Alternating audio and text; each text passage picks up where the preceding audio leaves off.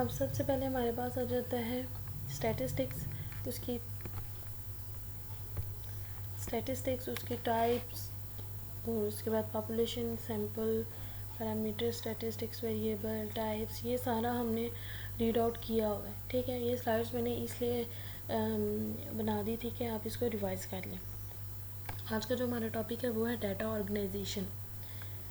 Data organization basically होता क्या है कि डाटा को हम कैसे ऑर्गेनाइज करते हैं। रिसर्च जब हम करते हैं तो उसमें डाटा को जो हम रिप्रेजेंट करते हैं ना, उसके 3 तरीके होते हैं। ठीक है, ये आप देख लें कि इसकी इम्पोर्टेंस बहुत ज़्यादा होती है, क्योंकि रिसर्च वर्क में हम पहले डाटा को ही लेते हैं, फिर उसमें डिफरेंट टेक्निक्स और जो हमारा जो रिसर्च वर्क होता है उसको एक्सप्रेस हम करते ही डाटा से। ठीक है, अब जो organization of data in research है वो हमारे पास 3 तरह से होती है।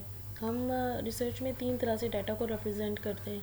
एक चार्ट्स, वो हम ऑलरेडी पढ़ चुके हैं, charts and graphs. Stamp and leaf, वो भी हम लास्ट लेक्चर में रीड आउट कर चुके हैं। आज हम पढ़ेंगे फ्रीक्वेंसी डिस्ट्रीब्यूशन टेबल।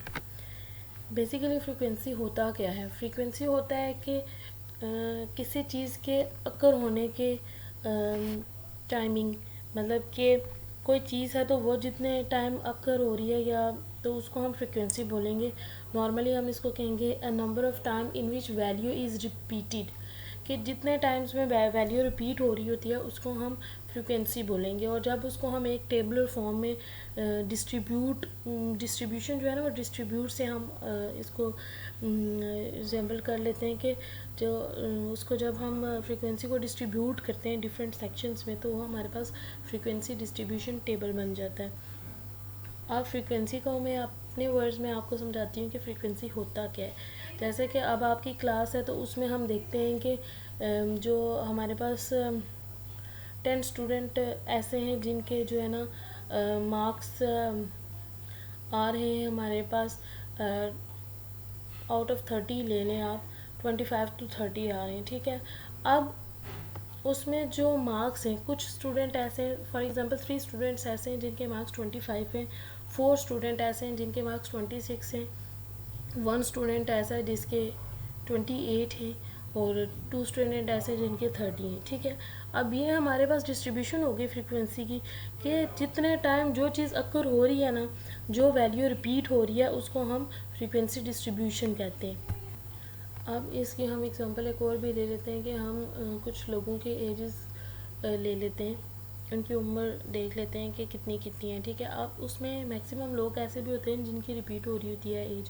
फ्रीक्वेंसी का आप मीनिंग इसे भी इसकी रिजेंबलेंस देख सकते हैं कि फ्रीक्वेंट मतलब बार बार रिपीट होना, आना, बार बार आना, तो ये फ्रीक्वेंसी को हम इसे कह सकते हैं। ठीक है, कि जो चीज़ बार बार जो वैल्यू काउंट हो रही हो, जो बार बार वैल्यू रिपीट हो रही हो, उसकी टाइमिंग को हम फ्रीक्वेंसी बोलेंगे। अब फ्रीक्वेंसी डिस्ट्रीब्यूशन टेबल जो होता है वो मैक्सिमम 3 कॉलम्स पे बनता है। ठीक है, एक कॉलम में तो हमने जो वैल्यूज़ होती है ना, हमारे पास जो डाटा होता है उसको हम असेंडिंग ऑर्डर में अरेंज करके लिखते हैं। ठीक, जो दूसरी वैल्यू होती है उसमें हम टैली लिखते हैं। टैली मीन्स के अब फॉर एग्जांपल 1 है हमारे डाटा में, तो 1 कितने टाइम्स आ रहा है, फॉर एग्जांपल 2 टाइम्स आ रहा है तो हमने 2 लाइन से उसको मार्क कर दे रहे हैं। अब 3 है तो 3 टाइम्स मार्क कर देना है। अब इसी तरह जो थर्ड कॉलम है उसमें हमने उसी टैली को काउंट करके फ्रीक्वेंसी में लिख लेना है। ये हो गया हमारी फ्रीक्वेंसी डिस्ट्रीब्यूशन टेबल। अब इसकी एग्जांपल हम देखते हैं। ये हमारे पास आ जाता है अनग्रुप्ड डाटा है, 10 स्टूडेंट्स के स्कोर्स हैं ये। ठीक है, 8, 6, 4, 5, 8, 8, 9, 10, 10 एंड 6। ठीक है, अब ये हमारे पास जो डाटा है वो अनग्रुप डाटा है। ठीक, अनग्रुप और ग्रुप डाटा में आपको डिफरेंस पता होना चाहिए कि देखिए ये इंडिविजुअल डाटा है, इसमें कोई भी ग्रुपिंग नहीं हुई हुई है, कोई भी इसकी क्लासेस नहीं बनी हुई हैं, तो मीन्स कि ये अनग्रुप डाटा है। ठीक है, ये 10 स्टूडेंट्स का स्कोर है, इसके हम अब फ्रीक्वेंसी डिस्ट्रीब्यूशन जो है ना टेबल बनाते हैं। फर्स्ट ऑफ ऑल देखेंगे स्कोर्स हैं, ये उसमें सबसे छोटी वैल्यू जो है ये देखें 4 है, फिर उसके बाद 5 है, फिर उसके बाद हमारे पास 6 है। ये सारा हमने असेंडिंग ऑर्डर में स्कोर्स वाली जगह पे लिख लेना है। ठीक है, फिर उसके बाद टैली है। अब देखें 4 जो है वो 1 टाइम है, 4 जो है वो सिंगल टाइम है, 5 भी सिंगल टाइम है, 6 जो है ना वो हमारे पास 2 टाइम्स है। ये देखें, इसको हमने 2 टाइम्स, 7 जो है वो नहीं था तो हमने 0 लिख लिया। इस तरह ये टैली वाली जगह पे हमने इसको मार्क कर देना है, ठीक। उसके बाद जो फ्रीक्वेंसी होती है ना वो इसी को हम जो है ना काउंट करके लिख लेते हैं। अगर आप डायरेक्ट करना चाहते हैं इस कोर्स के बाद फ्रीक्वेंसी तो आप कर सकते हैं। टैली वाला मेथड हम इसलिए करते हैं कि हमारे से फिर गलती नहीं होती ना। इस तरह ये हम जो बेसिक प्रोसेस है उसमें टैली वाला मेथड होता है, लेकिन अगर आप करना चाहते हैं, टाइम सेव करना चाहते हैं तो आप फ्रीक्वेंसी डायरेक्ट कर सकते हैं इसको। और ये बात भी आपको जो है ना माइंड में रहनी चाहिए कि जब आप इनको ऐड करते हैं तो आपके पास 10 ही आना चाहिए, क्योंकि ये 10 वैल्यूज़ हैं। उसके बाद जो ग्रुप डाटा हमारे पास आ जाता है, ठीक है। ग्रुप डाटा की क्या हमारे पास रिस्ट्रिक्शंस होती हैं जिनको हमने फॉलो करना होता है, कंडीशंस क्या होती हैं, उसकी गाइडलाइन मैं आपको बताती हूँ। कि जो हमारे पास ग्रुप डाटा होता है उसके लिए हमें पहले क्लासेस बनानी पड़ती हैं, ठीक। अब क्लासेस जो होती हैं वो 5 to 20 होती हैं। आप 5 से कम क्लासेस नहीं बना सकते, 20 से ज़्यादा क्लासेस नहीं बना सकते।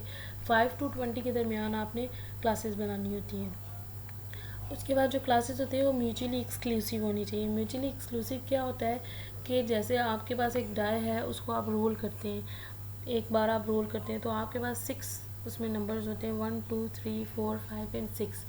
अब आप उसको जो इवन नंबर्स हैं 2 4 एंड 6 उसको आप ए कह लें, और जो ऑड नंबर्स हैं 1 3 एंड 5 उसको आप ऑड कह लें, उसको बी का नाम दे देते हैं हम, ठीक। अब जब आप एक डाई को रोल करते हैं 1 टाइम्स तो अब उसमें इवन भी आ सकते हैं, ऑड भी आ सकते हैं। फॉर एग्जांपल आपके पास 2 आ जाता है, ठीक है, जो कि इवन में से है, ठीक। अब अगर इवन आ गया है तो ऑड में से कोई नहीं आया ना, तो ये एक चीज़ अक्कर हो रही है, मतलब इवन वाली में से अक्कर हो रही है ना, ठीक।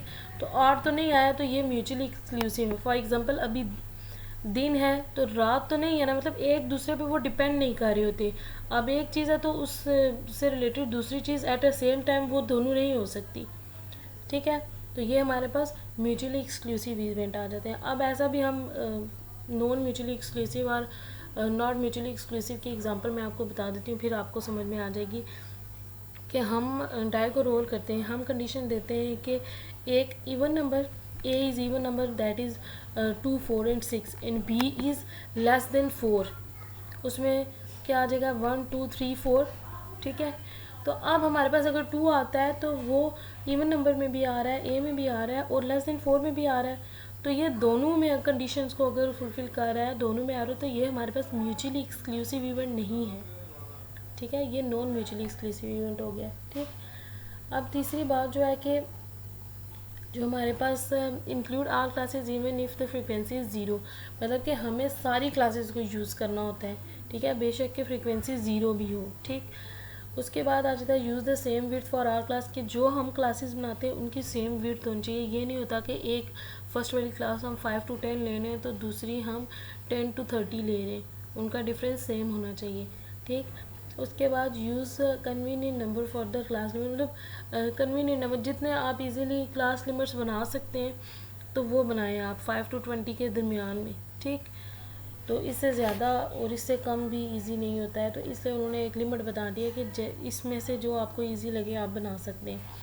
इसके लिए एक प्रोसेस भी होता है जिसे हम फाइंड आउट कर सकते हैं कि हमें कितनी क्लास लिमिट, कितनी क्लासेस बनानी चाहिए। तो अदरवाइज़ वो आप फॉलो नहीं करते तो खुद भी इनमें से आप जितने आपको सूटेबल लगे 5 to 20 आप खुद भी बना सकते हैं। और उसके बाद the sum of frequency must total the data set, मतलब जो फ्रीक्वेंसी को आप ऐड करें ना तो आपके पास उतनी ही वैल्यूज़ होनी चाहिए, उतनी ही सम उसका आना चाहिए जितनी आपके पास वैल्यू है। जैसे कि प्रीवियस में हमने देखा था, ये देखें ये हमारे पास 10 वैल्यूज़ है ना, तो 10 वैल्यूज़ है तो जब हम फ्रीक्वेंसी को ऐड कर रहे हैं तो फिर भी हमारे पास 10 ही आ रहा है, ठीक। मतलब कि ईच एंड एवरी यूनिट हमारे पास काउंट हो रही है इसकी। उसके बाद हमारे पास आ जाता है कि have enough classes for all the data, मतलब इनफ क्लासेस बनाएं, आप ज़्यादा क्लासेस ना बनाएं, मतलब इतने कि आप इजीली उसको काउंट कर सकें, कॉम्प्लिकेटेड ना हो जाए आपका क्वेश्चन, ठीक है। उसके बाद है कि हमारे पास remember to use zero if the class has no data don't leave it blank, मतलब आपके पास कोई भी क्लास नहीं आना तो आप उसको ज़ीरो मार्क कर दें, मतलब उसको ब्लैंक नहीं छोड़ना है आपने।